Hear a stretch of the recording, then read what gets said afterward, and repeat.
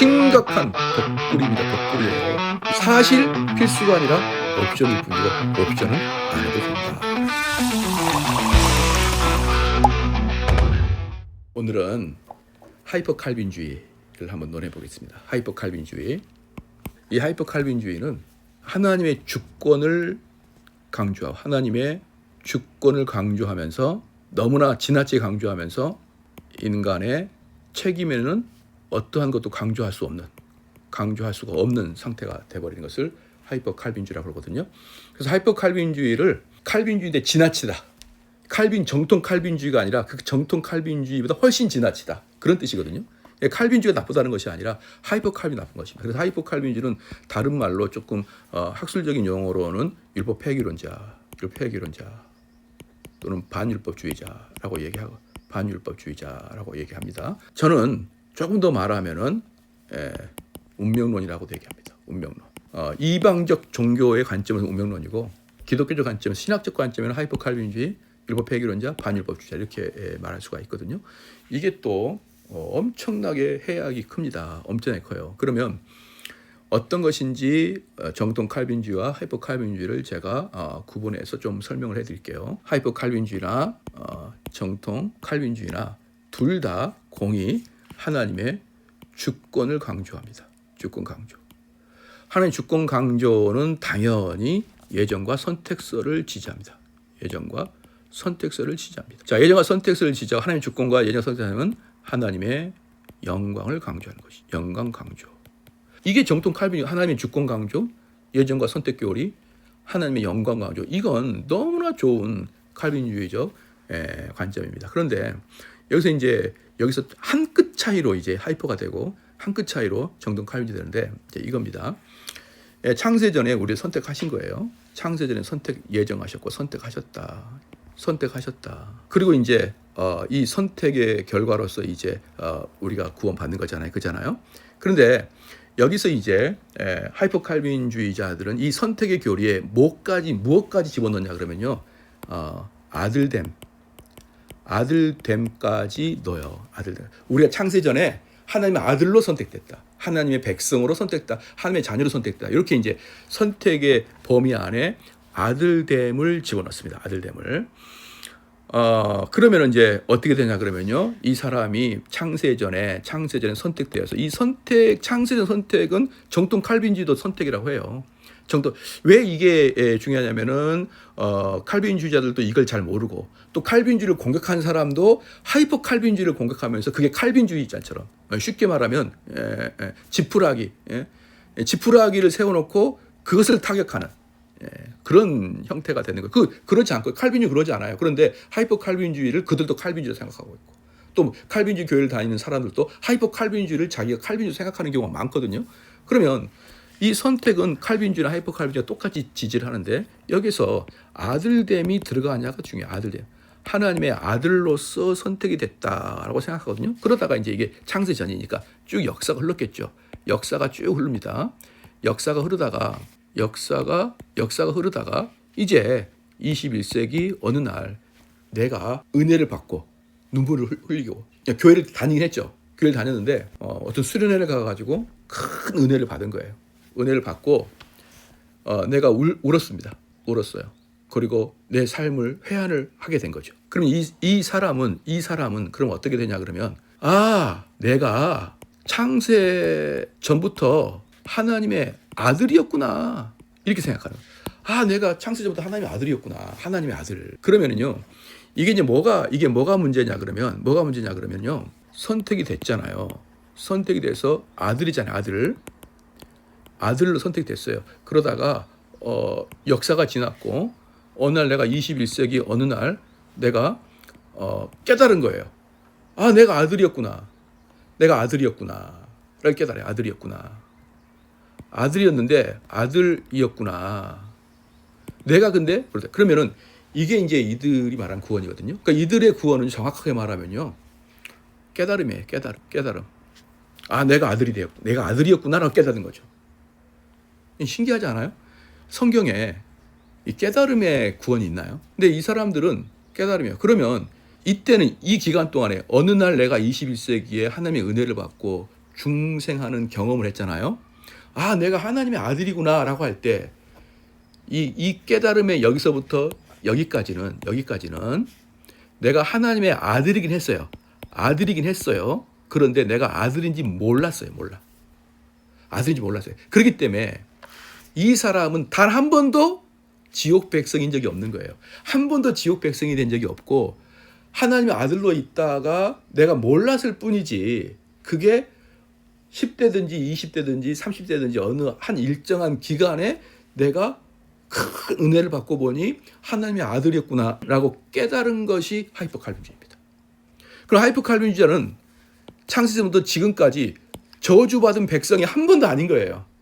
그냥 아들이었는데 인식을 못했을 뿐이고 21세기 어느 날 그 인식을 내가 하게 된 거거든요. 그게 바로 하이퍼칼빈주의입니다.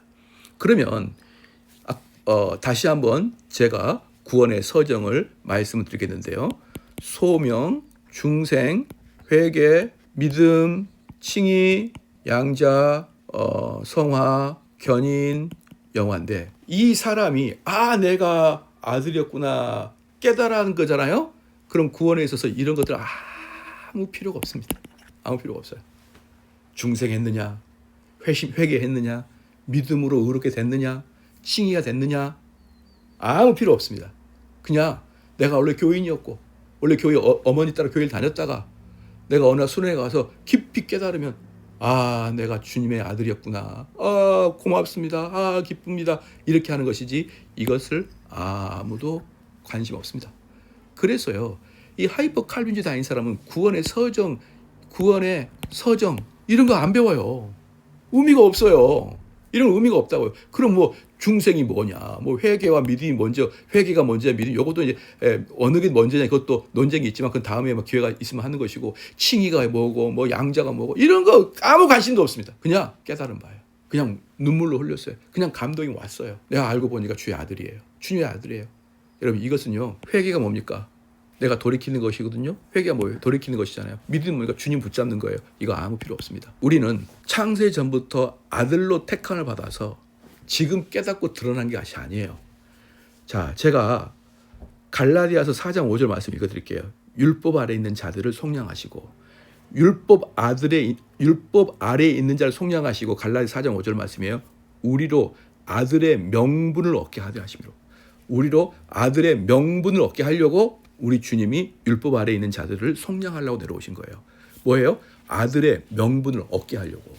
그 전에는 아들이 아니었다고. 그 전에 아들이 아니었잖아요. 그러니까 아들의 명분을 얻게 하려고 우리 주님이 내려오셨다고요. 그 다음에 에베소서 2장 3절에 이렇게 말하고 있어요. 전입니다. 지금 여기서 에베소 2장 3절에 나타난 그 사람들은 이미 그리스도인이에요. 근데 그들이 뭐라고 했냐면, 전에는 우리도 다 그 가운데서 우리의 육체의 욕심을 따라 지내며 육체와 마음에 원하는 것을 하여 다른 이들과 같이 본질상 진노의 자녀였다.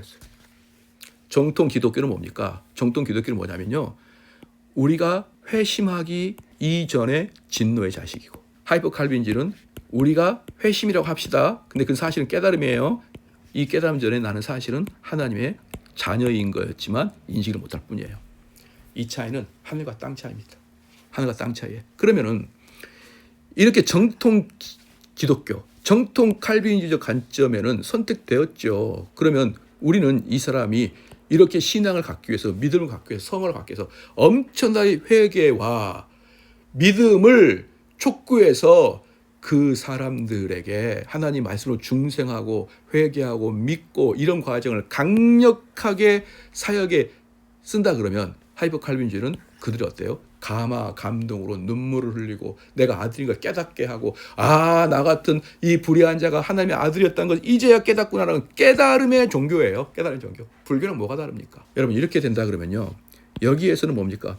한 번도 나는 지옥 백성이 없어요. 그러니까 여기에 이 정통 기독교에서는 지옥 백성에서 건진을 받아, 지옥에 들어갈 사람이 건진을 받아 구원을 받았는데, 이건 건진받아 구원 개념이 아니에요. 이거 너무나 많습니다. 그래서 구원론을 하질 않아요. 각 교회마다 구원론을 강의하지 않습니다. 구원론에 대해서 무지한 상태가 돼버렸어요. 그러면 사람들이 선택 교리를 지나치게 강조하는데요. 막 선택 교리를 강조하는 것이 무슨 칼빈주의의 무슨 어떤 멸류가 아니라 되는 것처럼 선택 교리를 이 사람들은 이렇게 만세 전에 아들로 선택돼서 이렇게 깨달은 바를 말하기 위해서 선택 교리가 너무 필요하거든요. 너무 필요해요. 이게 선택 교리를 막 강조해요. 여러분, 선택 교리는요. 이렇게 구원에 있어서 네가 공짜로 먹어라라고 그러라고 선택 교리를 강조한 게 아니에요. 제가 읽어드릴게요. 에베소 2장 8절 10절에 너희는 그 은혜에 의하여 믿음으로 말미암아 구원을 얻었나니. 믿음으로 말미암아 구원을 얻었나니. 네가 만세 전에 선택된 것을 깨달음으로 네가 아들이 되니 이게 아니에요. 믿음으로 말미암아 구원을 얻었나니. 이것은 너에게서 난 것이 아니요 하나님의 선물이라. 이건 선택 교리잖아요. 너에게서 난 게 아니에요. 하나님의 선물입니다. 행에서 난 것이 아니니 이는 누구든지예요. 여기도 중요합니다. 선택 교리 예정론의 핵심이 뭐냐? 누구든지 자랑치 못하게 하기 위함이에요. 선택 교리는. 네에서 난 거 아니야. 자랑하지 마. 교만하지 마. 이것을 위해서 선택 교리를 우리가 이야기하는데 어이구 지금은 아예 너는 만세 전에 창조되기 전부터 아들로 선택돼서 지금 드러나는 거야 하면서 권세를 부리고 있어요. 여러분 이게 유대교의 선민사상과 뭐가 다릅니까?